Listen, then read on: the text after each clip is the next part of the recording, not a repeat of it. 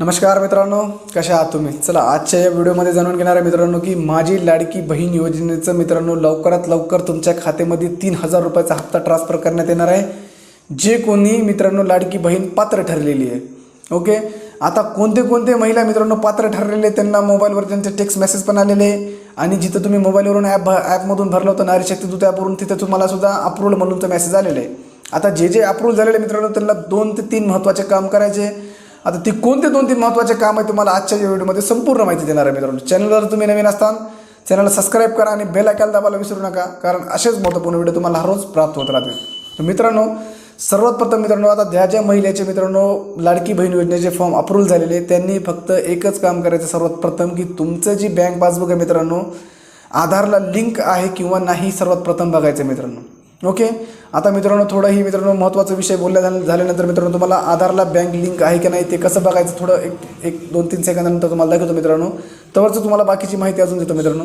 आता मित्रांनो ज्या महिलेचे लाडकी बहिणीचे फॉर्म अप्रूव्ह झालेले त्यांनी आपल्या बँकेत जायचं आणि तुमच्या जनधनचा खातं असो किंवा सेव्हिंग अकाउंट असो किंवा SBIचा असो किंवा IDBIचा असो किंवा बँक ऑफ महाराष्ट्र असो, DCCचा असो किंवा ग्रामीणचा असो, जितके पण तुमचे खाते मित्रांनो तुम्ही जी लाडकी बहीणला दिलेले मित्रांनो तो खाते पुस्तक तुमचं चालू आहे काय किंवा नाही का ब्लॉक झालं हे तुम्हाला सर्वात प्रथम बघायचं आहे. ओके, आता ज्या भरपूर महिला असे आहे मित्रांनो की त्यांनी तर खाते पुस्तक काढून मित्रांनो त्यांचे 2-2, 4-4, 10-10 वर्ष झाले त्याच्यामध्ये त्यांनी ट्रान्झॅक्शनच केलेलं नाही. तर भरपूर महिलेचे मित्रांनो बँक पासबुक ब्लॉक पडलेले. आता त्यांना चालू करण्यासाठी मित्रांनो तुम्हाला त्याच्यामध्ये ट्रान्झॅक्शन करावं लागेल आणि ट्रान्झॅक्शन करून मित्रांनो तुमचे खाते रनिंगमध्ये आणावं लागेल. ही झालं प्रथम विषय मित्रांनो. आता दुसरा विषय म्हणजे मित्रांनो तुमच्या आधारमध्ये कोणती बँक लिंक आहे. मित्रांनो शासनाने लाडकी बहीण योजनेमध्ये मित्रांनो 2 वेळेस नारी शक्ती दूत ॲपमध्ये पण सांगितलेलं आहे आणि आता वेबसाईटची पोर्टल चालू झालेलं आहे आणि GRमध्ये पण क्लिअर सांगितलं होतं की तुमच्या आधारला बँक लिंक असणं खूप महत्त्वाचं आहे. कारण मित्रांनो DBT मार्फत तुमच्या खात्यामध्ये पैसे ट्रान्सफर करण्यात येणार आहे जे कोणी महिला पात्र ठरलेले. ओके, आता ज्या महिलेचे मित्रांनो अप्रूव्हलचे मेसेज आलेले त्यांना DBT मार्फत त्यांच्या खात्यामध्ये पैसे ट्रान्सफर करण्यात येणार आहे. DBT म्हणजे काय ही सर्वप्रथम जाणून घेऊ मित्रांनो.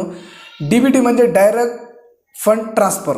ओके, म्हणजे डायरेक्ट तुमच्या आधारमध्ये जी बँक लिंक आहे मग तो बँक असेल किंवा नसेल तर पैसे येणार नाही, असेल तर ती जी कोणती बँक लिंक असेल त्या बँकेत तुमच्या खात्यामध्ये पैसे येणार आहे. ओके, आता भरपूर महिलेचे मित्रांनो 2-2, 4-4, 5-5 पासबुक आहे मित्रांनो. आता त्यांच्या आधारला कोणती बँक लिंक आहे त्यांनाच माहीत नाही. हे कसं बघायचं हे सुद्धा मी आज तुम्हाला व्हिडिओमध्ये दाखवणार आहे मित्रांनो. व्हिडिओला फक्त स्किप करू नका, पुढं थोडं जाऊन तुम्हाला लगेच तुमच्या घर बसल्या तुम्ही मोबाईलवरून बघू शकतात. ओके, आता मित्रांनो तुमच्या आधारला बँक लिंक आहे की नाही तुम्हाला काय करायचं UIDचं ऑफिशियल वेबसाईटवर यायचं मित्रांनो आणि तिथं मित्रांनो UID टाकून तुम्हाला चेक करून घ्यायचं आहे. आता मित्रांनो भरपूर महिलेचे जनधनचे सुद्धा खाते की त्यांचे ज्यांचे 0 बॅलन्सचे खाते त्यांनी ट्रान्झॅक्शनच केलेलं नाही. पहिल्यांदा ट्रान्झॅक्शन करून घ्या, ते खाते चालू करून घ्या. खाते चालू झाले मित्रांनो की तुम्हाला तुमच्या आधारमध्ये बँक लिंक आहे हे कसं चेक करायचं हे तुम्हाला दाखवतो. ओके, आता राहिला दुसरा विषय मित्रांनो तुमचं आधार कार्ड अपडेट असणं खूप महत्त्वाचं आहे. तुमच्या आधारमध्ये बायोमेट्रिक अपडेट असणं खूप महत्त्वाचं आहे. का तुमचं आधार कार्ड चेक करा, मोबाईल नंबर वगैरे लिंक आहे का. आता मित्रांनो नवीन वेबसाईट जी लॉन्च झालेली मित्रांनो आता त्याच्यामध्ये मित्रांनो तुमच्या आधारला मोबाईल नंबर लिंक असणं खूप महत्त्वाचं आहे. नसेल तर तुम्हाला फॉर्मच भरता येत नाही, कारण 6 डिजिटचं जी OTP आहे मित्रांनो तुमच्या आधारच्या मोबाईलमध्ये जी लिंक आहे त्याच्यावरच OTP येतो. आता जे महिला मित्रांनो लिंक आहे ते भरून घ्या. आता ज्यांचे मित्रांनो नारी शक्ती दूत ॲपवरून जे फॉर्म भरलेले मित्रांनो त्यांनी काय करायचं आहे. आता त्यांचे जर ज्याचे महिलेचे जर फॉर्म अप्रूव्ह झाले नसेल त्यांनी जिथं फॉर्म भरलं होतं किंवा स्वतः जर भरला असेल तर स्वतः चेक करा. जर तुम्ही सुविधा केंद्रावर किंवा CSC सेंटरवर किंवा माही सेवा केंद्रावर जर फॉर्म भरलेला असेल तुम्ही तिथे जायचं, तुम्हाला त्यांना म्हणायचं आमच्या फॉर्मची सध्या स्टेटस काय आहे त्यांना चेक करायला लावायचं. जर डिसअप्रूव्ह झालेला असेल किंवा रिजेक्ट झालेला असेल किंवा पेंडिंग पडलेला असेल तर त्यांना त्याच्यावर पर्याय विचारायचं आहे आणि ते डबल डिलीट करून तुम्हाला फॉर्म भरून घ्यायचं आहे.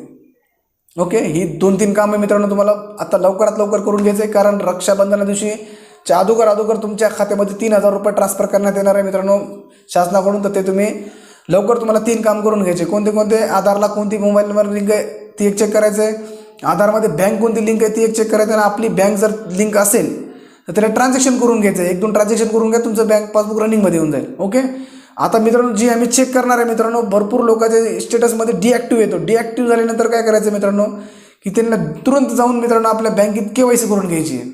ओके, जर दुसरंच कोणतं पासबुक असेल मित्रांनो तो काही घाबरायची गरज नाही, कारण तुमच्या आधारमध्ये जी बँक लिंक आहे त्या खात्यामध्ये तुमचे डायरेक्ट पैसे ट्रान्सफर होणार आहे. तुम्ही समजा SBIचं पासबुक दिलेलं असेल आणि तुमच्या आधारमध्ये IDB बँक लिंक असेल तर घाबरायची गरज नाही, कारण तुमच्या खात्यामध्ये डायरेक्ट फंड ट्रान्सफर करण्यात येणार आहे. म्हणजे तुमच्या जो कोणती आधारमध्ये बँक लिंक असेल त्याच्यामध्ये तुमचे पैसे ट्रान्सफर करण्यात येणार आहे.